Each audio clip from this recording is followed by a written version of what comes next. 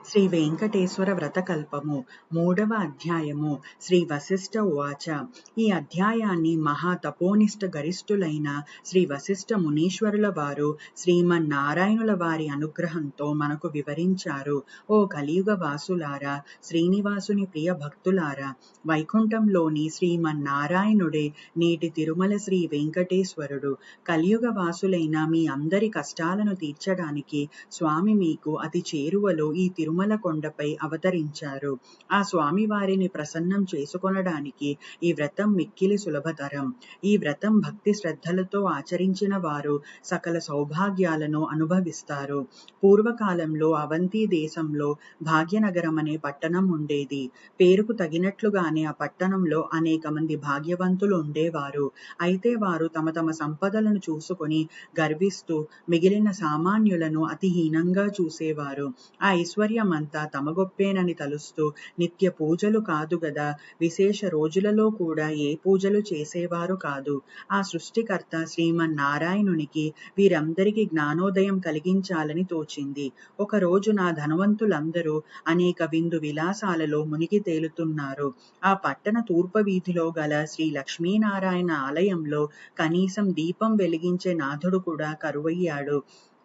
ఆ రోజు తొలి ఏకాదశి అత్యంత పర్వదినం. కానీ ఆ పట్టణంలో ఒక్కరు కూడా ఆలయానికి పూజాధికాలు నిర్వర్తించాలని ఆలోచించట్లేదు. సాయంత్రం ఉన్నట్టుండి దట్టమైన మబ్బులు కమ్ముకున్నాయి. బ్రహ్మాండమైన కుంభవృష్టి వ్యాపారులందరి ఇల్లు నీట మునిగిపోసాగాయి.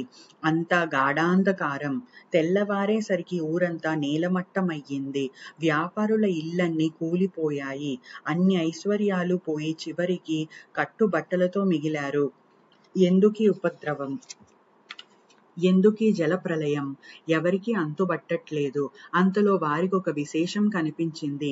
ఊరి చివరన ఉండే పూరిపాకలు చెక్కు చెదరకుండా ఉన్నాయి. వారికి ఆశ్చర్యం కలిగింది.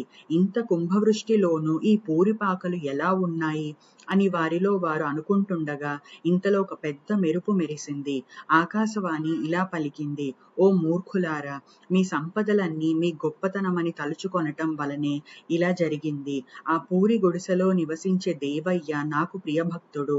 అతి సామాన్యుడైన దేవయ్య ప్రతిరోజు మీ ఊరిలోనే శ్రీ లక్ష్మీనారాయణ ఆలయంలో దీపం వెలిగిస్తున్నాడు.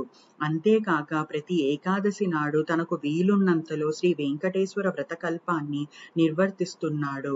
ఆ వ్రత ఫలితంగానే తనతో పాటే ఆ గుడిసెలలోని వారందరూ రక్షింపబడ్డారు. మీరందరూ కూడా వ్రతం ఆచరించిన ఎడల మీ మీ ఐశ్వర్యాలను తిరిగి పొందగలరు అని వినిపించింది. వెంటనే వారందరూ ఆలయానికి వెళ్ళి తక్షణమే అందరూ తలొక పనికి పూనుకొని శ్రీ వెంకటేశ్వర వ్రతకల్పాన్ని ఆచరించారు. ఆ వ్రత ఫలితంగా అందరి గృహాలు పూర్వరూపంలో కనిపించాయి. అది మొదలుగా ఆ వర్తకులందరూ శ్రీవారి భక్తులై ప్రతి ఏకాదశి నాడు శ్రీ వెంకటేశ్వర వ్రతకల్పాన్ని ఆచరిస్తూ బ్రతికినంత కాలం సుఖ సౌభాగ్యాలతో ఉండి చివరికి ముక్తిని పొందారు అని శ్రీ వశిష్ఠుల వారు వివరించారు.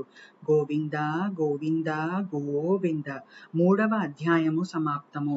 శ్రియః కాంతాయ కళ్యాణ నిధయే నిధయేర్ధినాం శ్రీ వెంకట నివాసాయ శ్రీనివాసాయ మంగళం.